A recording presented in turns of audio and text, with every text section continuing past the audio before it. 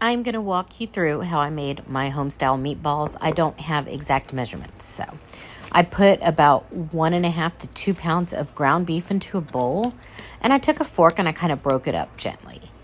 And then this is Campbell's Flavor Up cooking concentrate. This is garlic and herb. You can find it at Walmart, I believe. I think I got this at Dollar Tree. So I put a good squirt of that in.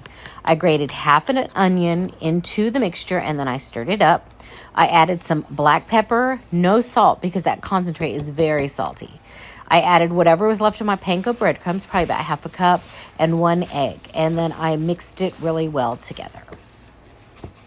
Now when it is all good and mixed, you're going to start rolling your meatballs. I use an ice cream scoop for this. So go ahead and get you a scoop and flatten the top, and then you're going to roll your meatball. You're going to do this until you are done with all of your mixture. I believe I got about 12 meatballs out of this batch, which was pretty good, and they're a pretty good size as well.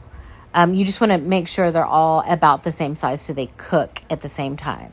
I heated a skillet on medium heat, and I drizzled it with olive oil, and when that came up to temp, I dropped in my meatballs one by one. I cooked them for about 5 minutes until they had a nice browning on the bottom, and then I gently flipped them using a spoon. You don't want to mess with them because you don't want to break up your meatballs. I put a lid on them, and I let them cook for about 5 to 7 minutes. Took the lid off, and they were all good and browned. And so I left them in the skillet while I chopped up 1 onion and 2 cloves of garlic. My meatballs at this point are not fully cooked. They are just nice and brown. So I removed them from the skillet with a spoon very gently so I didn't break them up. And I put them on a plate. And then to the drippings, I added the onion and the garlic. And I added half a container of mushrooms. They may look questionable, but they were still good. I added some Worcestershire sauce, probably about a tablespoon to 2 tablespoons, and some more of that Flavor Up. And then I added some flour. This is going to be our thickener later on. So go ahead and stir that around and get it well incorporated, about 5 minutes.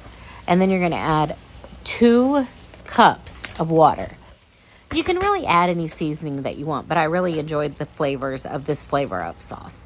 And then you're going to add your meatballs back in, kind of nestle them in the liquid.